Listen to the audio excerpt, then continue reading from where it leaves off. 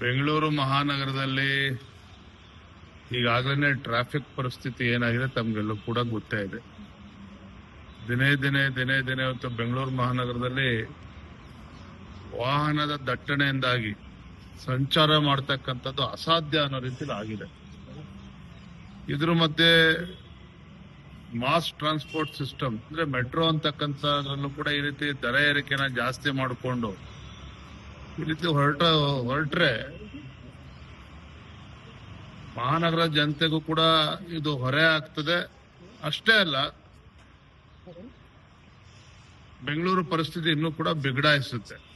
ಯಾಕಂದ್ರೆ ಬೆಂಗಳೂರು ಮಹಾನಗರ ಅಂತ ಹೇಳಿದ್ರೆ ಕೇವಲ ಭಾರತದಲ್ಲಿ ಅಷ್ಟೇ ಅಲ್ಲ, ಇಡೀ ಜಗತ್ತಿನಲ್ಲಿ ಇವತ್ತು ಚರ್ಚೆ ಆಗುವಂಥದ್ದು. ಅದೇ ರಾಜ್ಯ ಸರ್ಕಾರ ಈ ರೀತಿ ಅವೈಜ್ಞಾನಿಕವಾಗಿ ಈ ರೀತಿ